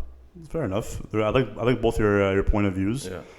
For me personally, I hope he does play with 4 at the back, just due to the fact that we're very fragile right now at the back. De Ligt is still injured until, I'm assuming, end of October. Poor guy. Bonucci is not from what I'm seeing now, he's not the same anymore, even last year as well. He's very fragile. He's not focused at all. At one point during the game, Mkhitaryan just dribbled by him as if he was nothing. He tried defending with his ass by sticking it out to try to block him, Body him out. And it's not the same Bonucci that we're able to see. Chiellini is old. He's 30, late 30s. It's time. So maybe it's time for Juventus to really invest in the back line by getting another center back and a fullback. We have Demiral. He's a young center back. He's very solid. Listen, I don't mind Chiellini still being there, but for now it's not going to be it. It's definitely going to be Bonucci De Ligt on the back end. Okay. Which is solid. So no, 100%. That being said, I don't mind playing a 4-3-3 as well, as long as our mids end up being molded into an Arthur, McKennie, and Bentancur. Okay. I think Arthur provides a lot of creativity, a lot of creating threads out of nowhere into the attacking front. McKennie is a dog. He'll win the ball back, no problem. He's your holding mid. And Bentancur is a nice balance between the two. He usually, for Uruguay, he plays a lot more offensively than he does with Juve. Really? But he's a nice balance between the two. Okay. So he's a nice conservative player. Because the only reason why I threw Ramsey into the mix is because he's more of an offensive. He'll thread the balls. Yeah. He'll make key passes. Whereas those 3 that you just mentioned, I feel like they're more defensively sided. They're more pivots. Yeah. Whereas exactly. Ramsey is a straight up attacking minded. Yeah. So, I could be wrong, but I want to see a formation that fits in Douglas Costa. Because I know the past season. I totally forgot about it. Exactly, because I know the past season he's been injured. He hasn't been the same Costa in previous years. But if they could get a glimpse of what he was 2 seasons ago, I find it would be very beneficial for Juventus. But I see Anthony making a face, and he's very big doubt. But for me, if worst comes to worst for the front 3. If Morata's not performing, I would throw in Kulusevski right away and let him play with Costa and Ronaldo. I like Costa. I like the energy that he brings and the talent that he has. He's very agile. He's very fast. He's very talented. I'd rather him coming on as a super sub, to be honest with you. And I'm gonna correct myself for what I said before. I don't want a 4-3-3. I would rather a 4-3-1-2.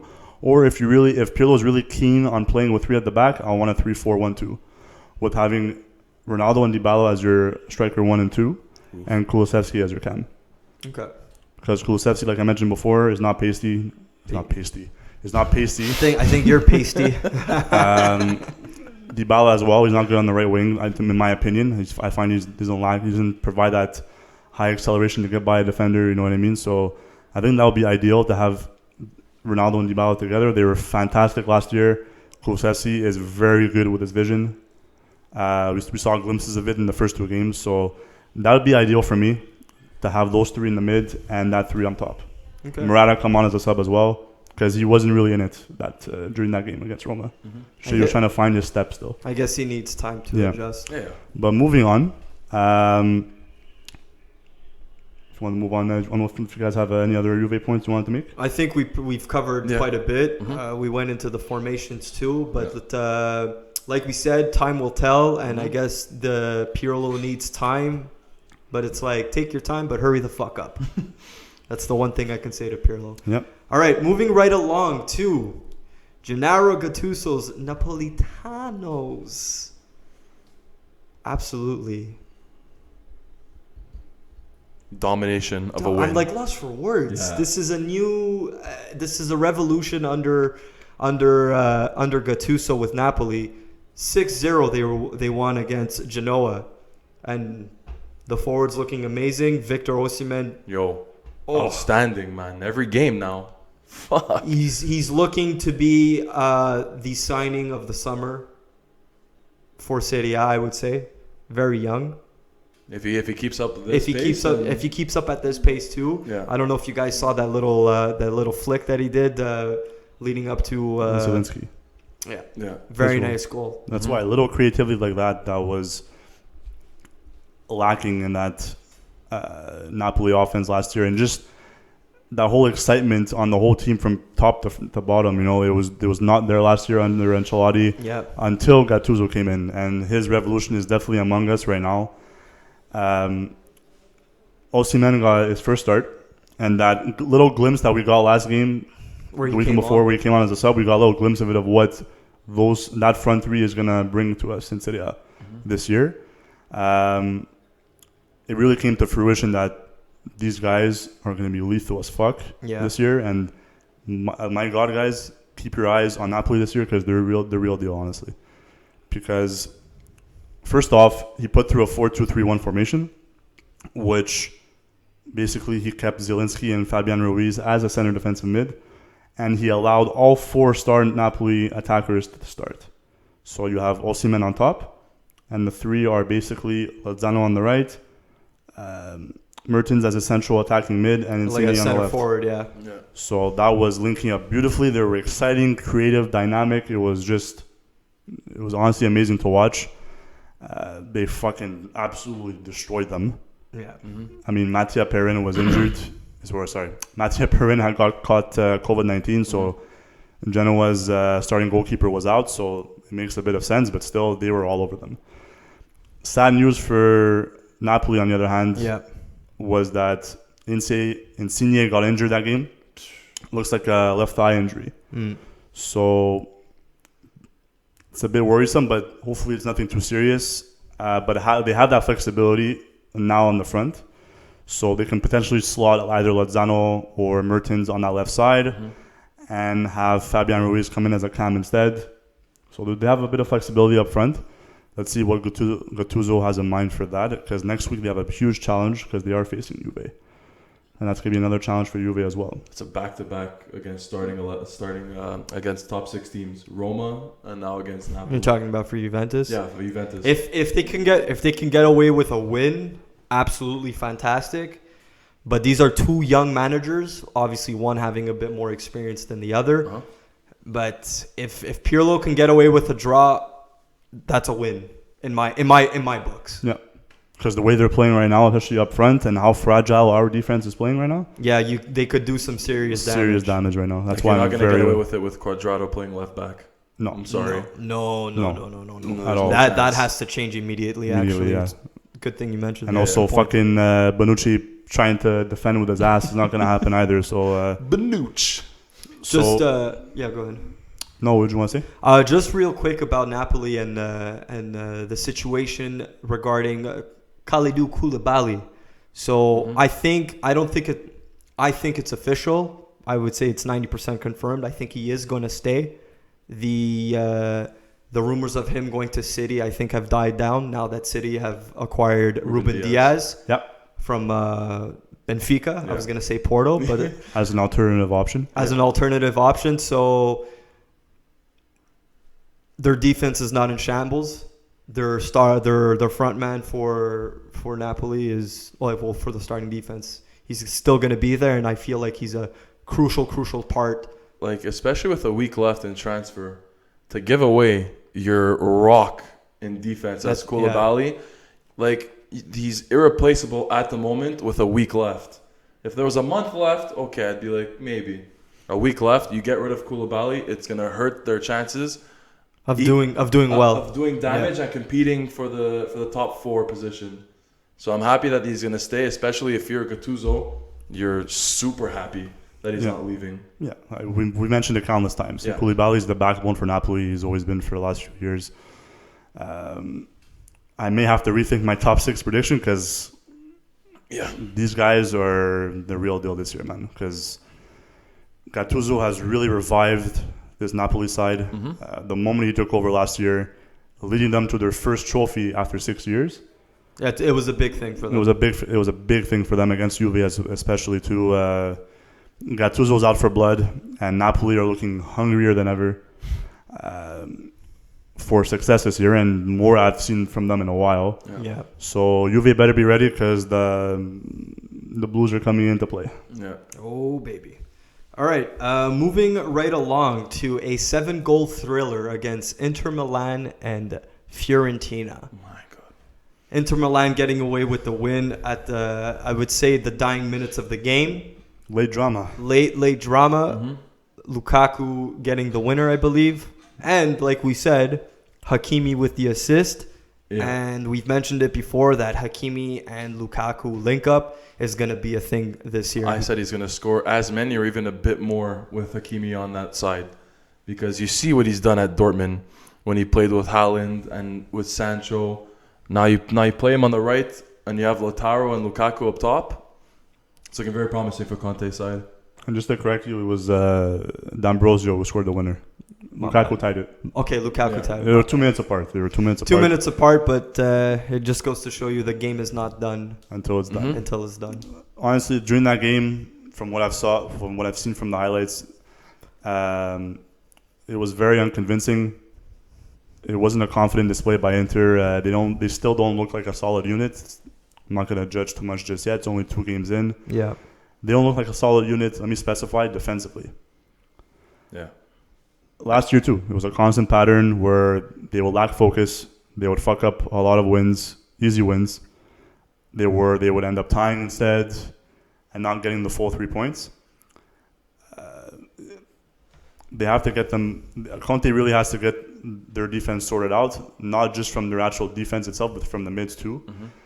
And he put it perfectly during his post-game interview, where he was like, "If you want to have a top quality season, balance is the foundation of everything." End quote. Pre-quote, end quote. So that honestly sums it up beautifully, because defense, as much as you have a strong top front, you still need to defend, and you're not going to win games, or you're not going to end up getting the full amount of points if you don't defend well. In the end, you need to shut the team down that you're facing. And honestly, even from last year when he came in, they were not showing that at all. Granted, Fiorentina is no pushover team, by the way. That's another thing too. Yeah, they're like top half of the table. Yeah, especially this year too. Like they have a nice group of players. Ribery last year was injured for most of the year, so they didn't get too much from him. But this game, he looked like 10 years younger, dude. Like he was rejuvenated. 2 assists. Chiesa pass. 2 assists. 2 assists game. for my God. So between him, Castrovilli, and Chiesa, they're going to be leading that Viola this year for whatever success they can get. Hopefully, top 7, top 8 finish. Bonaventura was a low-key good buy for them from Milan, so he's going to be a nice piece for them as well. The main focus, the main concern of whether or not Ribery is going to stay healthy, because age does play a factor. Age does play a factor. Even the last few years at Bayern, he struggled from injuries too. So he's a question mark. Hakimi, like Tommy mentioned, was very impressive in his debut. He came on as a sub. He got an assist as well. And Conte's subs were actually a huge difference maker, and the primary reason for the late heroics during the latter part of the game. He brought on Hakimi, Sanchez, Sensi, Vidal, and Angolan. Oh, fuck. They have the 5 subs. So the depth is there, right? So like I mentioned, the depth is there, but they just need to finish the game off. And they can't concede as much as they do, because they're not going to win games. So if Inter do get their defensive complacency this year on point, do you see them winning at all? I think so. Yeah. I think so.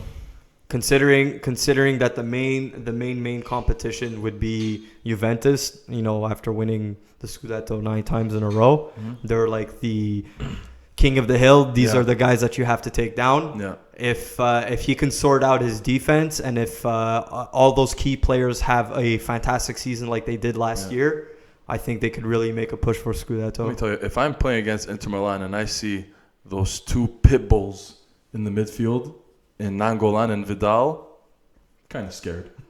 Because someone's going to get hurt. Yeah. Honestly, I think they might if they get their defense locked down, despite who they have as options right now on defense. Because this game, you have only Bastoni, who was actually a center back, playing center back. And that's a problem too, because they did get rid of Diego Godin. Went to Cagliari. Who went to Cagliari. And they're on pace of losing Skriniar. Exactly, a point which I was going to bring up too. They're on the verge of losing Skriniar, potentially to the Spurs. Hence why he was left on the bench. So they had Kolarov and D'Ambrosio, who was also starting next to Bastoni. Shit. So I understand De Vrij was suspended for too many yellows, but he's going to be starting 100%. Yeah. But still, even it's only going to be this game. I hope to God it's only going to be this game, because Perisic was playing as a right wing back, which that's Hakimi's spot. Yeah. Once he gets integrated into the system slowly, Hakimi's going to replace him, but I don't know where he's going to slot Perisic. I don't know if he's going to put him left wing back instead. Imagine. Usually Ashley Young started as a left wing back, so there's a lot of options, but Perisic is not a wing back, bro. No. Yeah, he's so that's why he's more of a forward. Some of Conte's decisions are very questionable sometimes. I don't know how he thinks this is a good idea. And even at one point during the post-game interview, he was saying, Hakimi, he had a good game when he came on, but he has to work on his defensive abilities. Bro, you did not buy Hakimi for his defensive abilities. No. You're playing 3 at the back. They're going to fucking defend. Yeah. And you're mids. Yeah. Hakimi's going to go up and down, and he's going to defend when he can.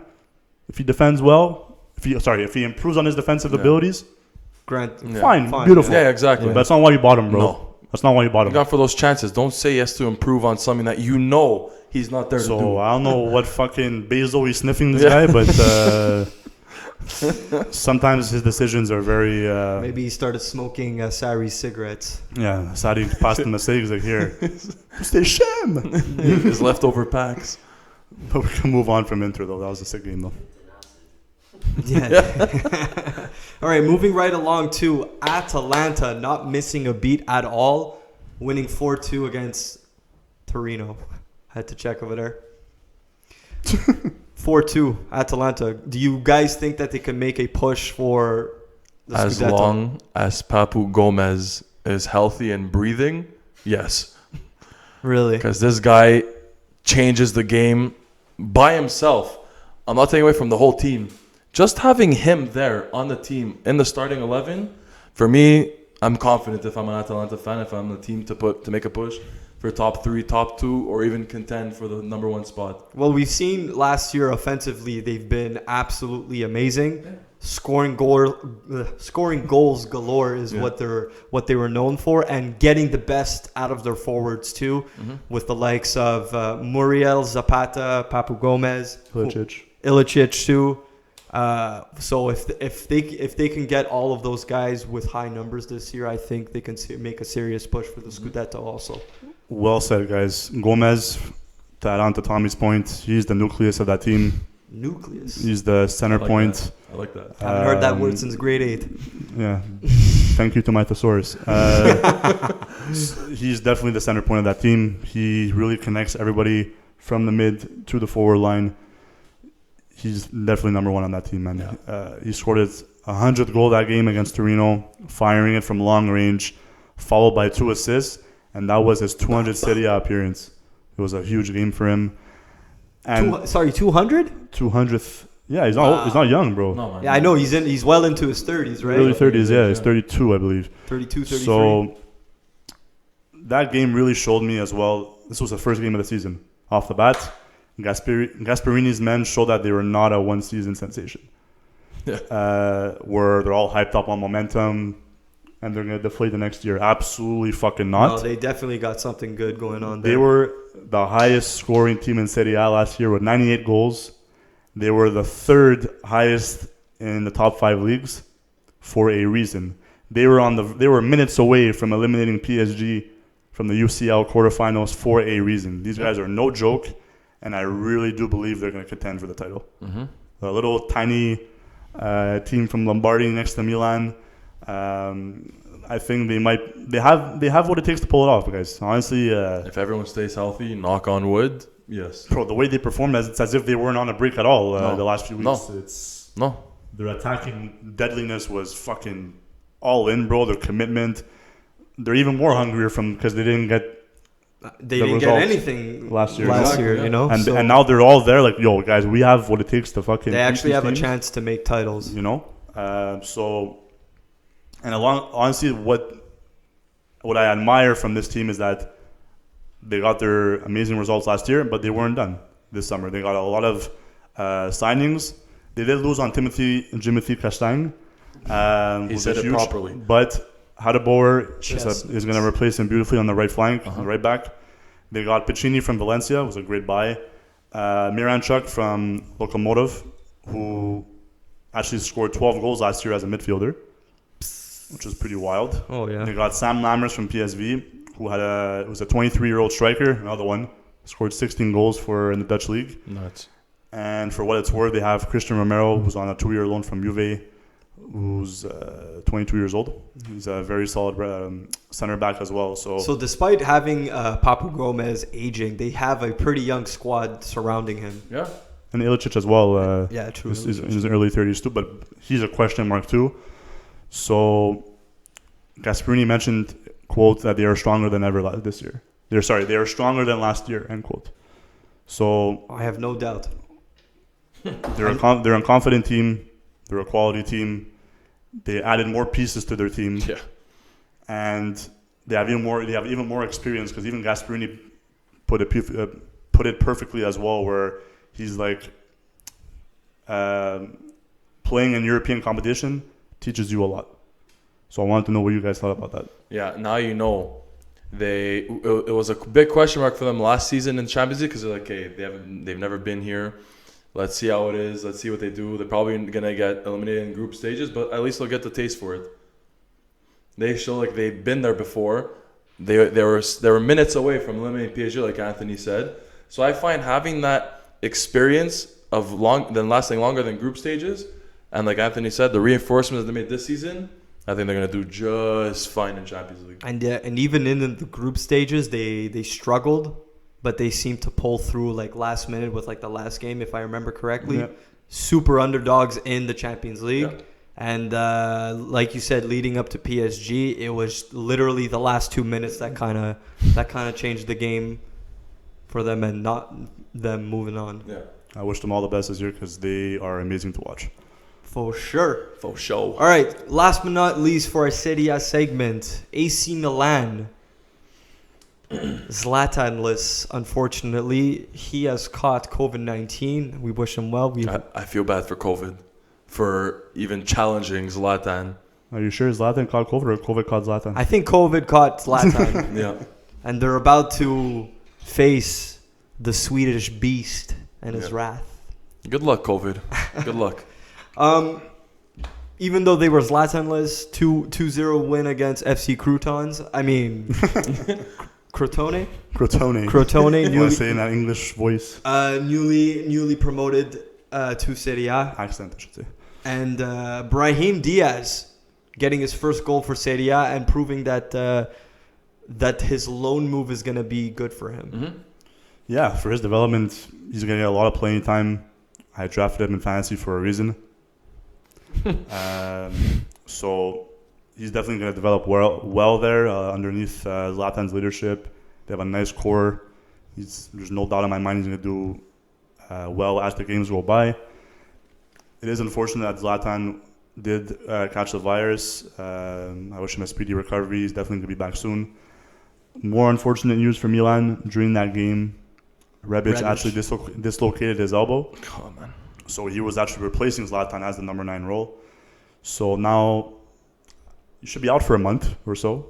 So I think Rafael Leao, another youngster, is going to replace him for the time being until Zlatan comes back, and he'll come on as a super sub if anything. So it was an easy win. A week FC Crotone side, they face Spezia Calcio, or whatever their fucking name is, next week. Yeah. This weekend rather. So that should be an easy win. They got 2 wins off the 2. Yep. Probably I think it'll be 3 for 3.